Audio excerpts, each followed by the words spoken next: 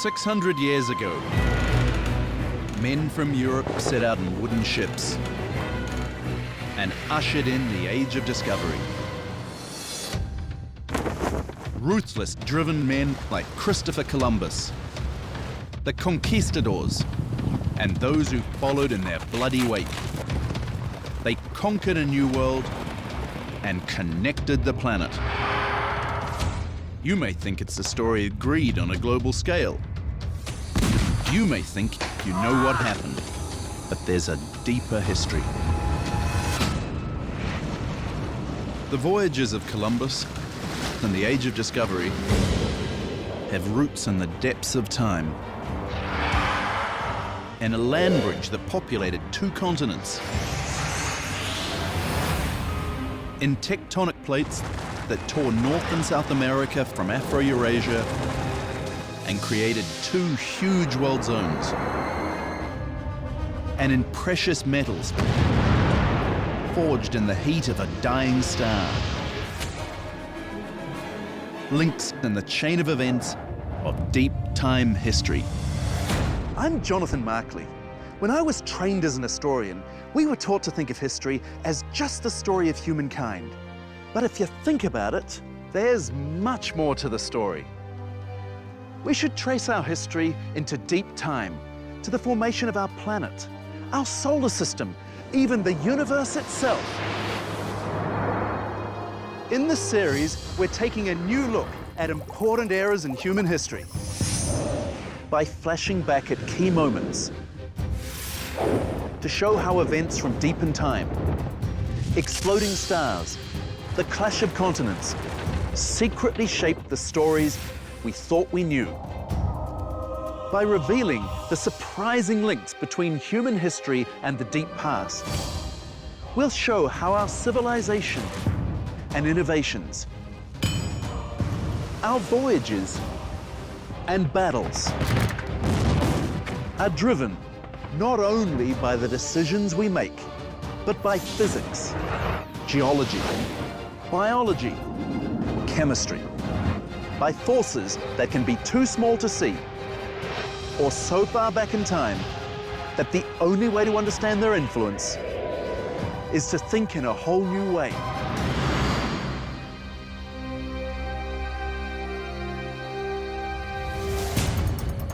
We live in a connected world, exchanging information at the speed of light across oceans and continents. Everybody knows that. What you might not realize is that long before humanity, the whole world was literally connected.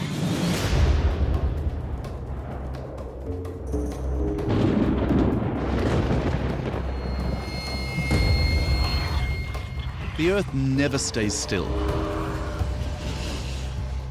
More than a dozen tectonic plates keep the surface in constant motion.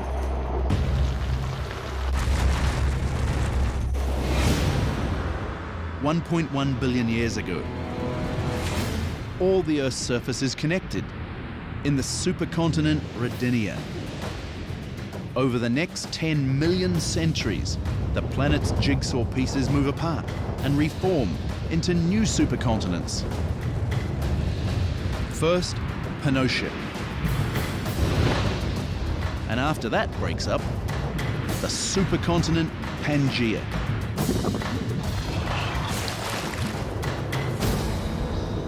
Whose destruction will give birth to the Age of Discovery. Because some 200 million years ago, plate tectonics begin to tear Pangaea apart. Over tens of millions of years, Europe breaks away from northern Africa. The eastern half of Africa is torn away to form South America. In another 250 million years, these continental jigsaw pieces will once again form a single landmass. But for now, the world is segregated into 2 major and very different zones. In one world zone, Afro-Eurasia. The linked continents of Africa, Europe, and Asia. 57% of the landmass of the world. with more people, more animals,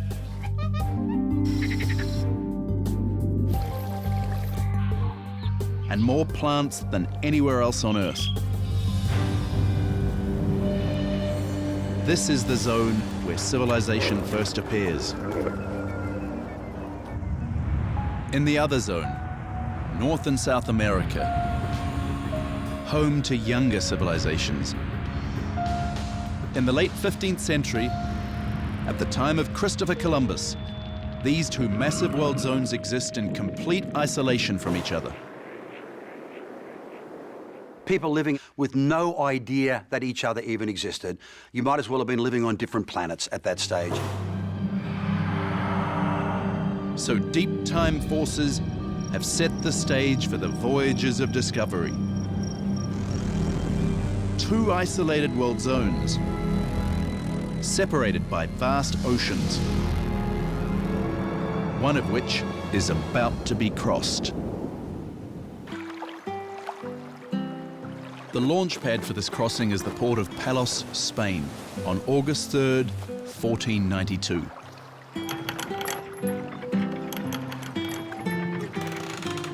An Italian mariner named Christopher Columbus is about to set sail. His plan? Find a new trade route to China. Columbus has no idea that because of Earth's geology and geography, his plan is going to utterly fail. Or how that epic failure will make his voyage one of the most influential expeditions in the history of humankind. But what's driving Columbus's journey into the unknown? What does he hope to get once he arrives in China? Believe it or not, an insecticide.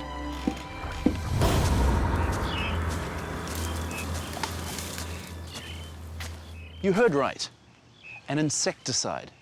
It all starts about 150 million years ago with the evolution of this plant known as Piper nigrum. It first grew in the mountains of India where there are a lot of pests. And to survive, a plant needs to defend itself. So, Piper nigrum evolved a special molecule to do just that.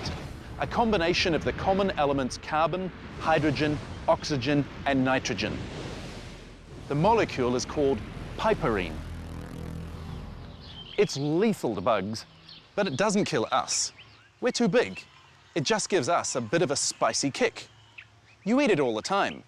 It's better known as black pepper.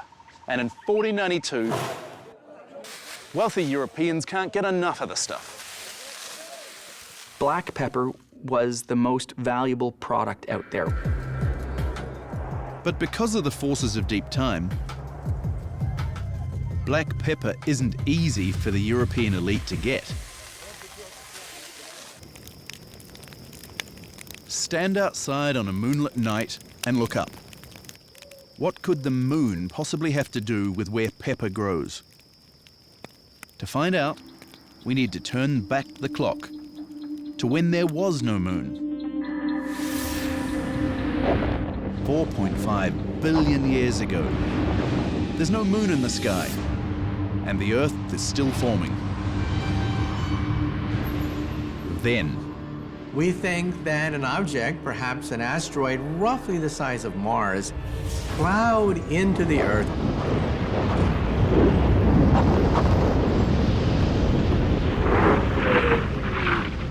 The material that got splattered off Earth and the impacting object initially formed a ring or a disk around Earth, from which the moon coalesced in less than a century. The impact that led to the formation of the moon is also probably the event that caused Earth's axis to be tilted, in our case by 23.5 degrees. and this tilt is key. It means that the midsection of the planet gets much more sustained light and heat from the sun. The tilt of Earth's axis, this 23.5 degree tilt, is why we have tropical zones on Earth and then the temperate regions.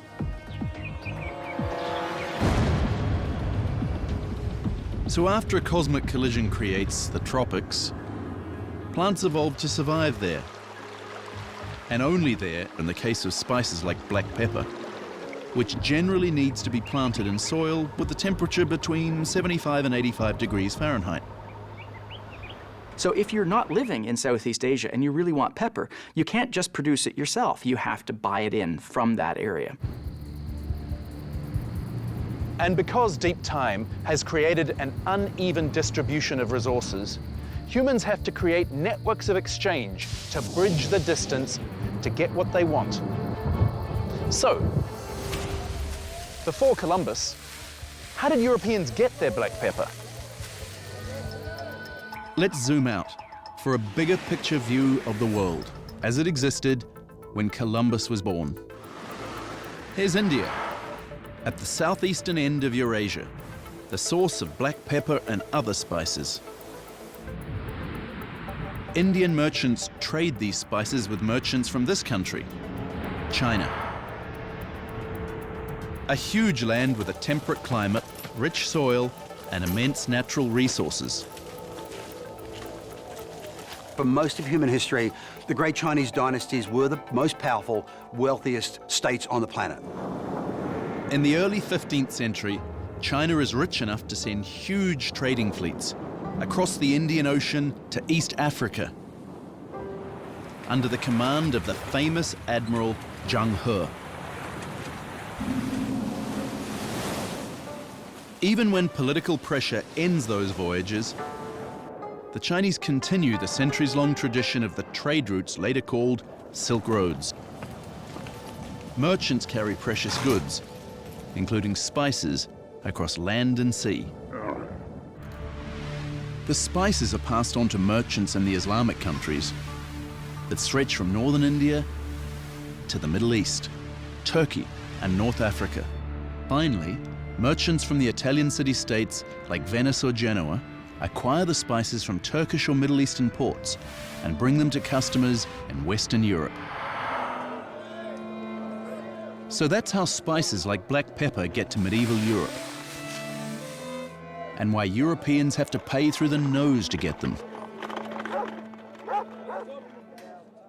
Europe doesn't just import spices and luxury goods. It's imported most of its mathematics and technology from the East. 1,000 years after the fall of the Roman Empire, Europe is a ragged collection of competing nation-states. Put them all together, and their population and wealth can't match China or India. So it's a real crisis when the Silk Road is suddenly shut down and the flow of spices stops because of the Turkish Sultan Mehmet II. The Sultan has a stranglehold on trade because of geology and geography. The prehistoric collision of continents has created two arms of the Southern Ocean, the Persian Gulf and the Red Sea, that jut into the Middle East center.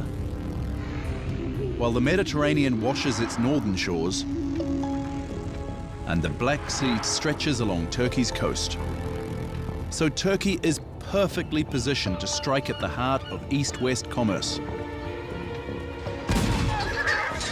By assaulting Constantinople and other Christian ports and cities in the region, the Sultan shuts the Silk Road down. Evidence of what happened still exists in a certain building in Istanbul. It has a Greek name, Hagia Sophia, or Holy Wisdom. Today it's a museum. It was originally built as a church, the most famous Christian shrine of the Byzantine Empire, when Istanbul was called Constantinople. But along with the Christian iconography, there are quotes from the Quran. That's because the church was transformed into a mosque when the Sultan captured it in 1453.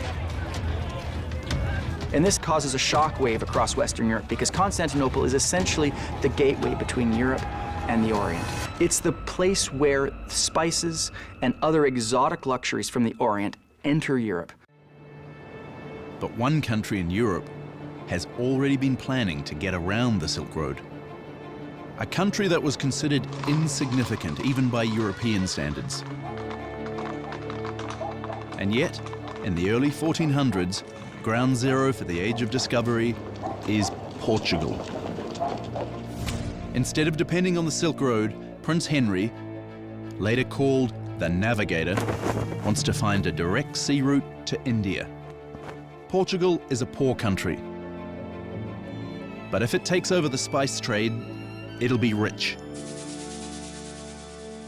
Let's be frank about this. The early explorers did not go into the unknown for their health. No, they did it for financial gain. Prince Henry's plan is to do what no one has ever done. Sail around the southern tip of Africa and into the Indian Ocean. But there's a geological reason that sailing around Africa won't be easy. Africa's Atlantic coastline has very few natural harbours or inlets. So when the Portuguese sail south, there aren't a lot of safe places to anchor. So there are many, many areas where it's almost impossible to land. And where prevailing currents and wind patterns make it very dangerous to try and get in and come out again. So we imagine these expeditions slowly working further and further down, then coming back to Portugal, accumulating more and more information. Over the decades, Prince Henry's ships do find a handful of safe harbours. They start trading in everything from ivory to slaves. But the decades pass. Henry the Navigator dies, and his successors still haven't made it around Africa. So far, the geographical barriers imposed by deep time have been too great. Then, in 1484, Christopher Columbus comes to the Portuguese with a new plan. Never mind Africa, save time and money by sailing over the Atlantic. They assume that if you cross this ocean that we see off our western shores here, that eventually we'll simply come to East Asia. Columbus is sure that if he sails far enough west, he'll end up in the Far East, because he's sure that the Earth is round. But, contrary to myth, Columbus isn't trying to prove that it's round. Most educated Europeans know the Earth is a sphere. The ancient Greek philosopher Aristotle had calculated the roundness of the Earth 2,000 years earlier. But Columbus and other Europeans have no insight into a deeper question. Why exactly is the Earth round? What's the scientific reason that planets like ours are spherical instead of some other shape? It's a question that we can answer.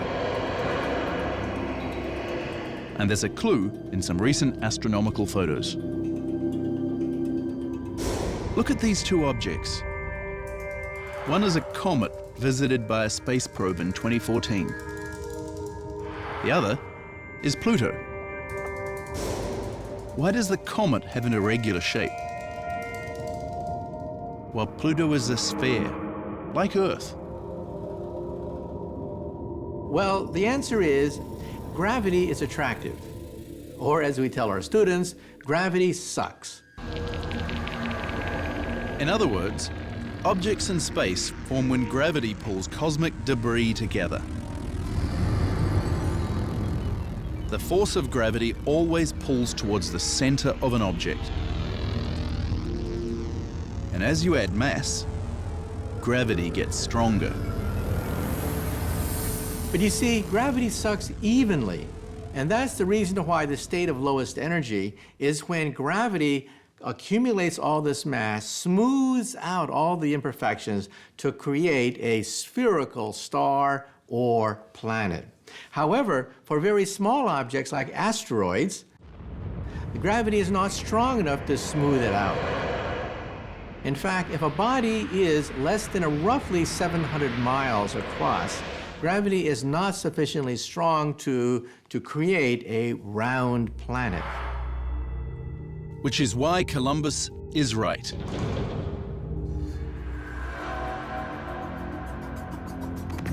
Nevertheless, the Portuguese pass on his plan.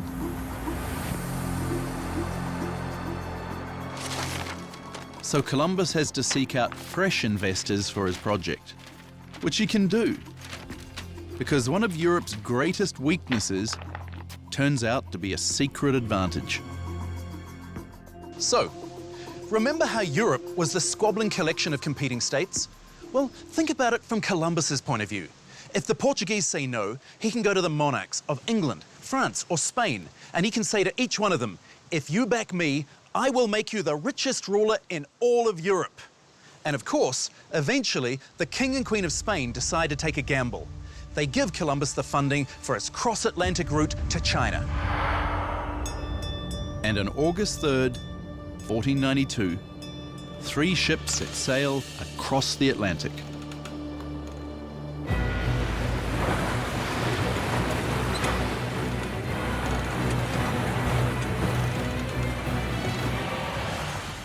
Now, from a limited point of view, you have an Italian commanding a Spanish commercial venture that's trying to get an economic advantage over the Portuguese. But think about the knowledge and the technology aboard those 3 ships.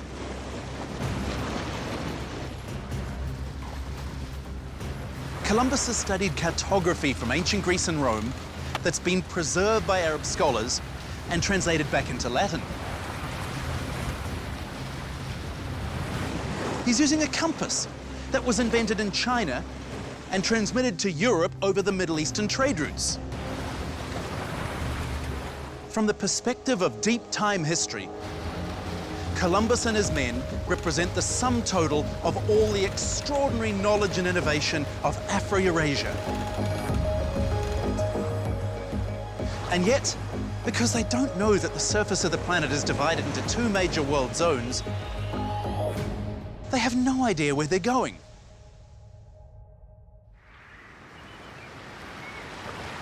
But in spite of that, because of the shape of the Earth and geological forces unleashed tens of millions of years before, these 3 ships from Afro-Eurasia find land. An island in the Bahamas that to this day has not been clearly identified.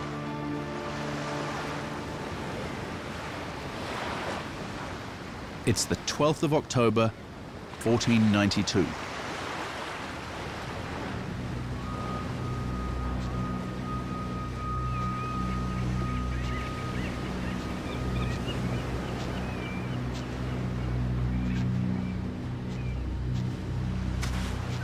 Columbus gives thanks to God for what he thinks is a successful business trip. In fact, he's reversed the tectonic process and brought Afro-Eurasia and the Americas back together. The world is reconnected. Humans rediscover each other, if you like, and the entire globe becomes a sort of a modern, metaphorical Pangea. Columbus never realizes that he's reached the outskirts of a world unknown to Europeans.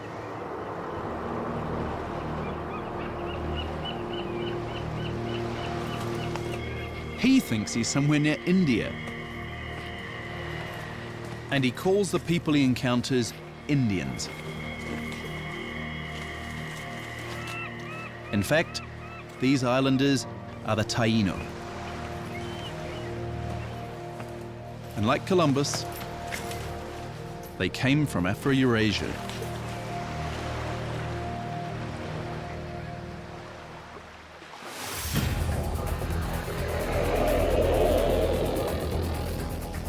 There was this land bridge during the Ice Age that allowed waves of migrants to come from Asia and populate the Americas.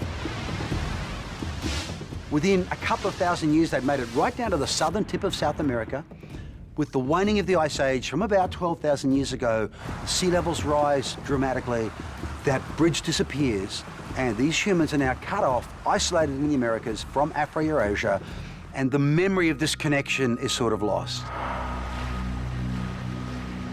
And it won't be literally until 1492 that these vast world zones will be reconnected.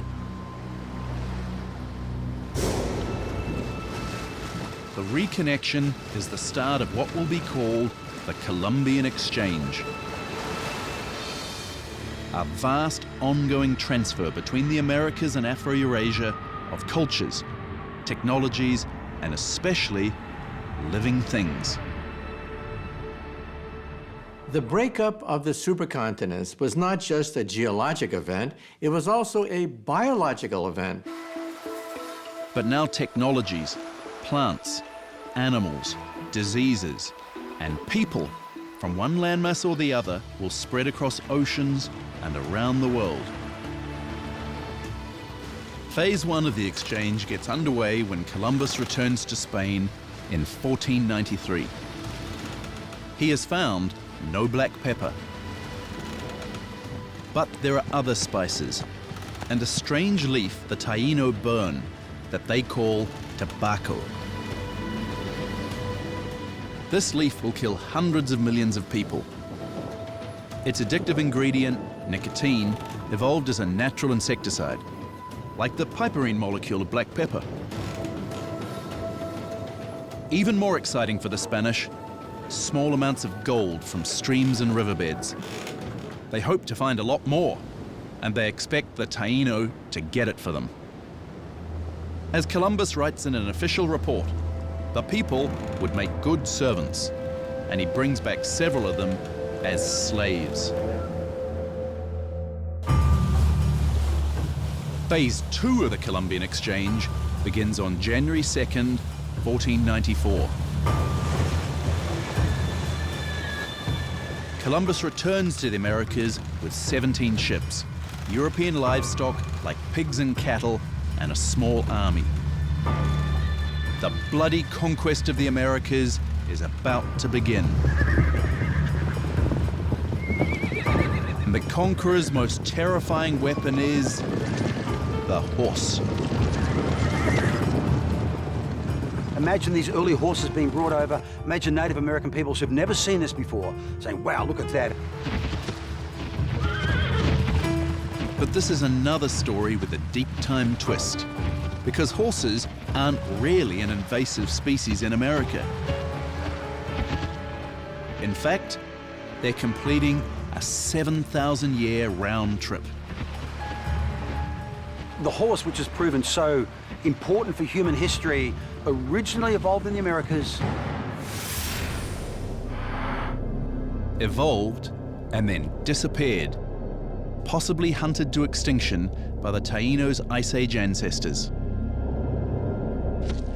But some horses escaped to safety over the bridge to Eurasia before the seas rose again. Those prehistoric horses spread throughout Asia and Europe, where they were domesticated, bred, and crossbred. Now, in 1494, the horse returns to the Americas as a weapon of conquest.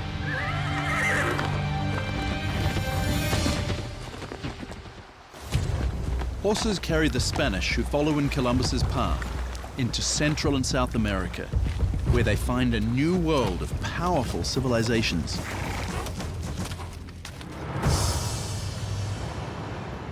This is Mexico City, the world's 12th largest city, and the largest Spanish-speaking metropolis on Earth. It's a hub of commerce and culture, but in the middle of the city is what remains of a great temple. Mexico City is built directly over the ruins of another great city, Tenochtitlan, the urban center of the Aztec Empire in the early 1500s, 5 square miles, with a population of 200,000, 4 times that of London at the time. And it's not just the Aztecs. The Americas are home to other powerful empires and kingdoms, including the Maya and the Incas. And the Spanish conquistadors don't have an easy time bringing them down. At least, not at first. Case in point, one summer night in 1520.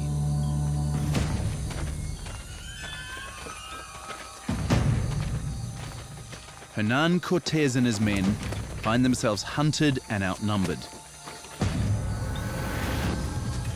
Chased into the side streets of Tenochtitlan, where the spaces are too narrow to make use of their horses. Even the superior technology of guns is of little use against an endless rain of arrows and spears.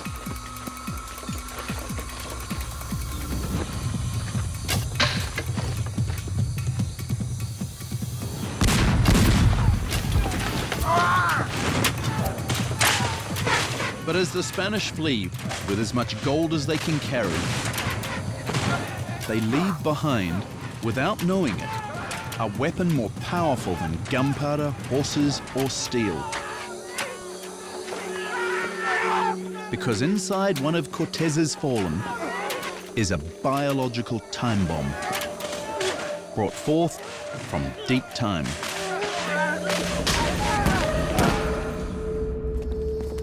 And months later, when the Spanish and some anti-Aztec allies return to Tenochtitlan, they find the city in disarray and the streets littered with the dead. Smallpox is the beginning of the end of the Aztec Empire. The disease spreads throughout Central and South America. The result is often catastrophic. But why are the European diseases like smallpox and measles so instantly deadly to the peoples of 16th century America? In a way, it goes back to the horse.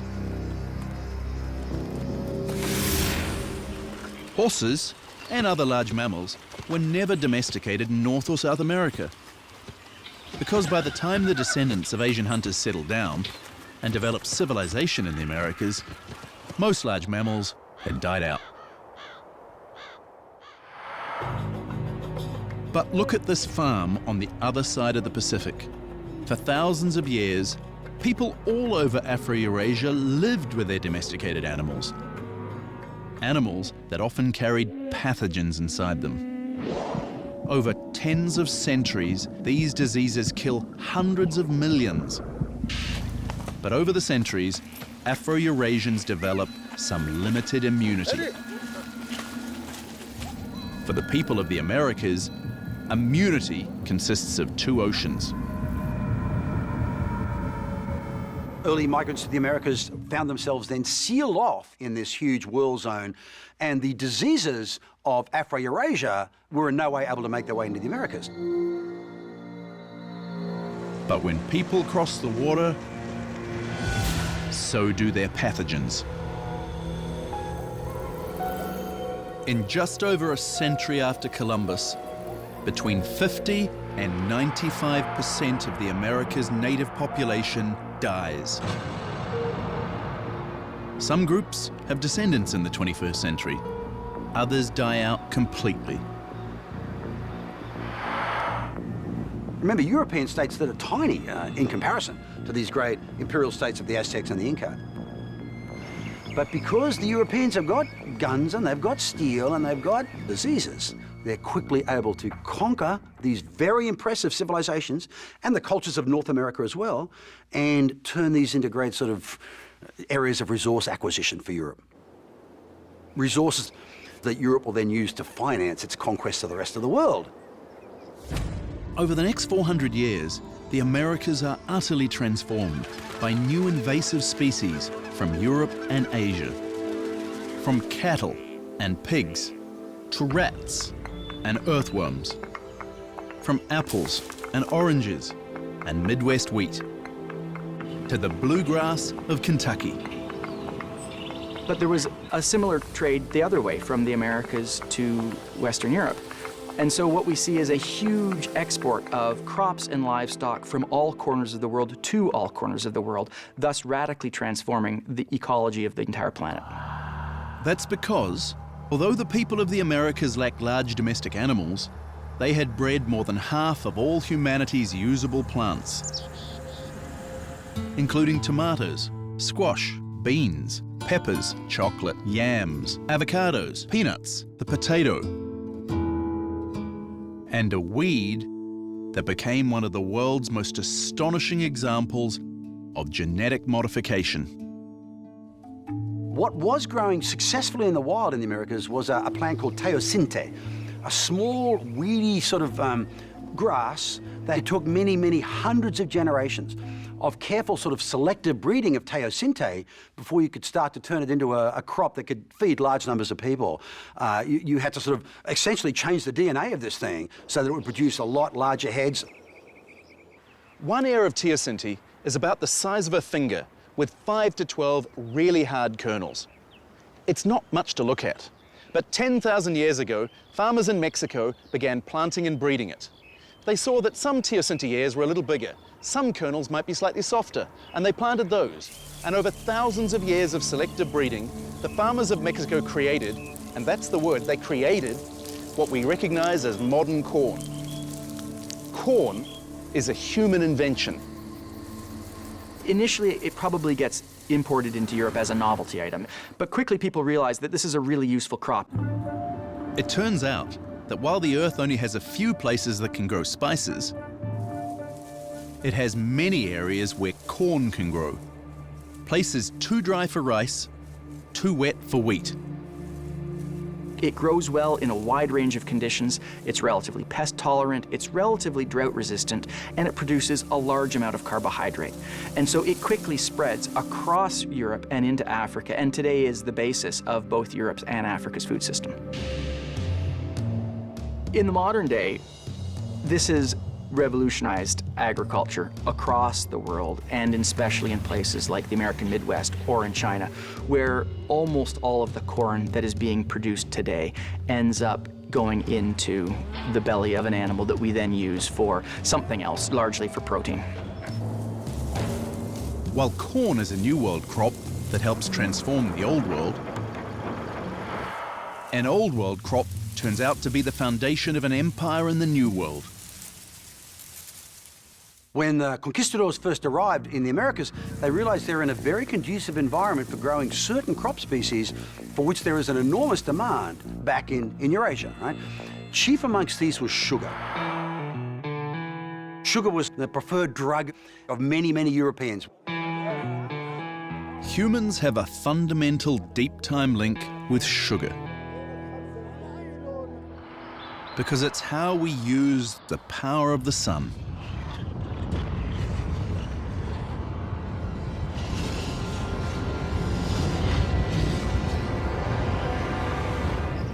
Through photosynthesis, plant cells use water and carbon dioxide to turn solar energy into oxygen and sugar molecules. Simple sugar molecules are the basis for glucose, which provides energy for living cells. So we've evolved a sweet tooth, chemical receptors that make us want this energy source that we need. An early Homo sapien that had a strong motivation for sugar might have been healthier, might have been fatter, might have survived the winter better and gone on to have more children. And over time, this sort of evolutionary process would have bred a craving for sugar in us that we have still today. Sugar plantations spring up in areas where there's no gold to steal. Parts of Brazil, the islands of Jamaica, Barbados, and elsewhere. Through exploration and conquest, Europeans have now seized something that the deep-time history of the planet failed to give them: their own tropics. At first, these tropical plantations are worked by enslaved local peoples. But as we've seen, they start dying out from European diseases. So the sugar growers solve their labor shortage by importing slaves from Africa. Prince Henry the Navigator had started the slave trade between Africa and Europe in the 1440s. Now it becomes one of the biggest businesses of the entire Columbian exchange. Over the next 350 years, more than 10 million Africans will be shipped to the New World to work the sugar plantations of Brazil and the Caribbean. And then other plantations growing tobacco, rice, coffee, and cotton to supply the world. If this looks like the beginning of globalization, that's because it is. But the substance that really connects the globe, linking countries around the world in a network of trade, isn't a tropical plant, but a precious metal. Buried deep inside this extinct volcano in Bolivia, known as Potosi. It's not gold, as you might think, but silver. One of the great discoveries that the conquistadors, the Europeans, make is the availability of a huge mine of silver at Potosi. The Europeans are very quick to exploit it. But from the view of deep time history, the silver didn't really come from Potosi, but from the death of an alien star. Stars make elements, the basic substances of the universe. When nuclear fusion at a star's core rearranges atomic nuclei with unimaginable pressure and heat. Middle-sized stars, like our Sun, make very simple elements, like helium. Larger stars make heavier elements, and if they die, they make more. When a star about 10 times more massive than our Sun uses up its nuclear fuel, it collapses, and then it blows up in an explosion 100 million times brighter than the Sun, creating even more elements and shooting them out into space. If the star is massive enough, one of those elements is silver. More than 4.5 billion years ago, gravity pulls the silver debris together into the forming Earth. But you have chemicals which touch other chemicals and coalesce in different ways. And so as a consequence, silver was not distributed evenly across the planet Earth. Inside the Earth, the silver from space is melted and then concentrated in areas of extreme subsurface heat. In other words, where there's volcanic activity. So millions of years ago in Bolivia, the Earth cracks open and Potosi fills with a metal that in the 16th century, the Spanish will do almost anything to get. When silver was discovered in the New World, that gave incentive for the conquistadors to complete the process of conquering the New World. So, believe it or not, events that took place maybe 5-6 billion years ago affected the history of the Americas billions of years later. Gold stolen from the Aztecs and Incas has been a huge windfall for the Spanish. But it's silver from Potosi that creates the first true international economy. That's because between the 1550s and 1800s, 85% of all the silver in the world, from the Americas to Afro-Eurasia, flows from this one mountain. And most of it flows to one country, China. That's right, China. A few years after Columbus landed in the Bahamas, our old friends the Portuguese finally made it around Africa, to India and then China. Once Portugal opened the door, Other European countries quickly found their own ways into the Chinese markets. Spain established trade routes from their new territories in the Americas. And by the late 16th century, they're buying Chinese goods with the first global currency.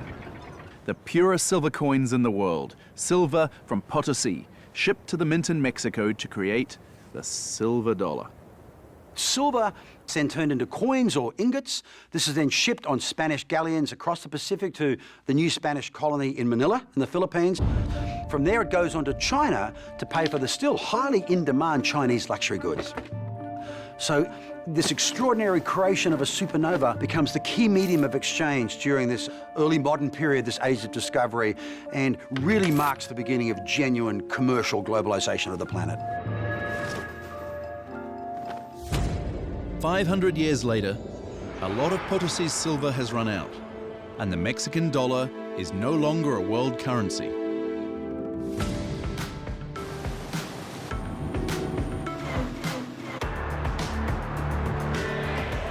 But the effects of the global economy and the Columbian exchange are all around us.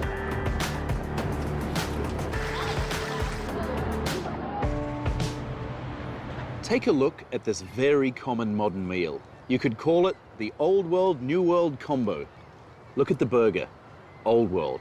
The cow was domesticated in the Near East, then went to Western Europe and was taken to the Americas. The wheat in the bun? That was first grown in Mesopotamia. Lettuce? Egypt. The onion is Asian. But the tomato on the burger and in the ketchup comes from Mexico. And these French fries? New World potatoes named for an Old World country. The soda has sugar, which was originally from Papua New Guinea in the South Pacific. It spread through India to the Middle East, where Europeans acquired it and cultivated it in the New World. Oh. And here are packets of salt and black pepper. The precious exotic spice from the East that jump-started the Age of Discovery. It comes free with your meal. So today we produce black pepper on very large plantations at an industrial scale, and the costs of producing the black pepper are very, very small, and the costs of shipping this product on large container vessels is totally insignificant. More inexpensive food for more people? That's one of the legacies of the Age of Discovery. Other parts of that legacy are very dark indeed. Violence, racism, slavery, even genocide. But there's something else to be said for the Age of Discovery. It altered forever the way we understood our place in the universe. There's a very clear link between the discoveries of these different regions, extraordinary landforms, lifeways and so on, and what becomes the great scientific revolution, very much driven by trying to make sense of these extraordinary discoveries. Plunder and financial gain. That's why the early explorers risked their life to go to the New World. But eventually, a transformation took place. More and more adventurers and people who are just curious began to embark upon these great adventures, the most famous of them being Charles Darwin. He was curious. He was a naturalist. He wanted to write the history of life on the planet Earth. And the only way you could do that was to get on one of these boats and sail the ocean blue. And so we begin to realize that even though originally the spirit of exploration was the spirit of looking for profit and commercial gain, eventually people went because they were curious about the world. It was the age of discovery in the truest sense of the word. In one sense, the Age of Discovery began with a few ships in the 15th century, setting out for unknown shores. But in another sense, the Age of Discovery has roots in the very depths of time. In a land bridge that populated 2 continents, tectonic plates that ripped South America from Africa and created 2 huge world zones. In the molecules that formed after the collision that made the moon, and the globe-connecting element forged in the heat of a dying star. Links in the chain of events of deep time history.